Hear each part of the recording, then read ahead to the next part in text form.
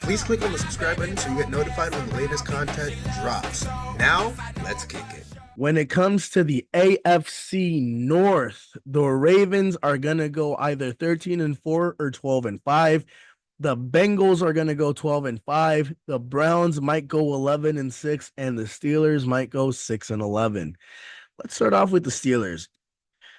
So, for me, the Steelers won, especially because I'm a very strong believer in being 9-8, never having a losing season under Mike Tomlin.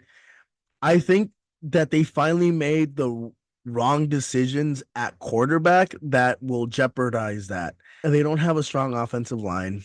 I don't think they have enough weapons on the offensive side of the ball. I love Najee Harris and I like Jalen Warren, but because Pittsburgh offensive line is so weak, they don't get to shine.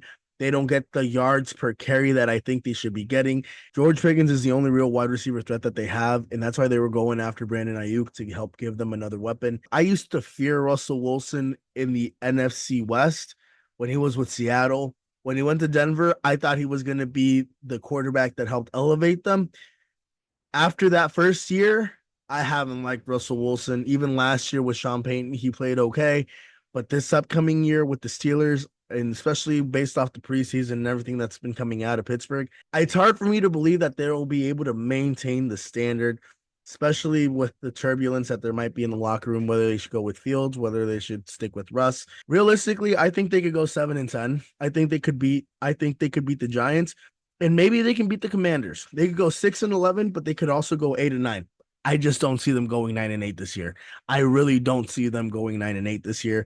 When it comes to the Cleveland Browns, I like their defense way too much, I think, in my personal opinion. I might be overvaluing that defense, but will Deshaun Watson please stand up? Kevin Stefanski was able to do magnificent things with Demaryius Thompson-Robinson and Joe Flacco last year. He got them into the playoffs.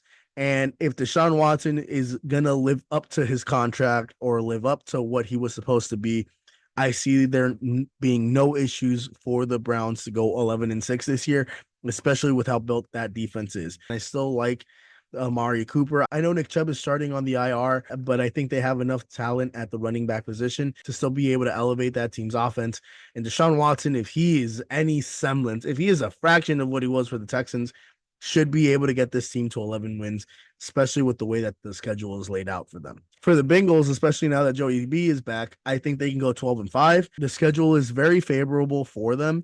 And I genuinely do like Joe Burrow. I like T. Higgins. I like Jamar Chase. I don't know who the running back is for the upcoming season, but they still have a solid offensive line. Hopefully they can keep Joe Burrow up and can keep Joe Burrow healthy. I see them being able to make a viable playoff run. And then when it comes to the playoffs, we'll talk about that here at a later date.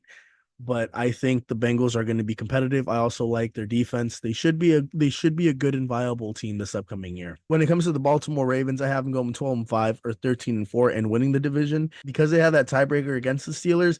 I think that's going to be enough to have them win the division and finish the season at a 12-5 record, but still be number one in the AFC North because they'll have the tiebreaker over Cincinnati with that extra win in the division against the Steelers. I like their defense. I like Lamar Jackson.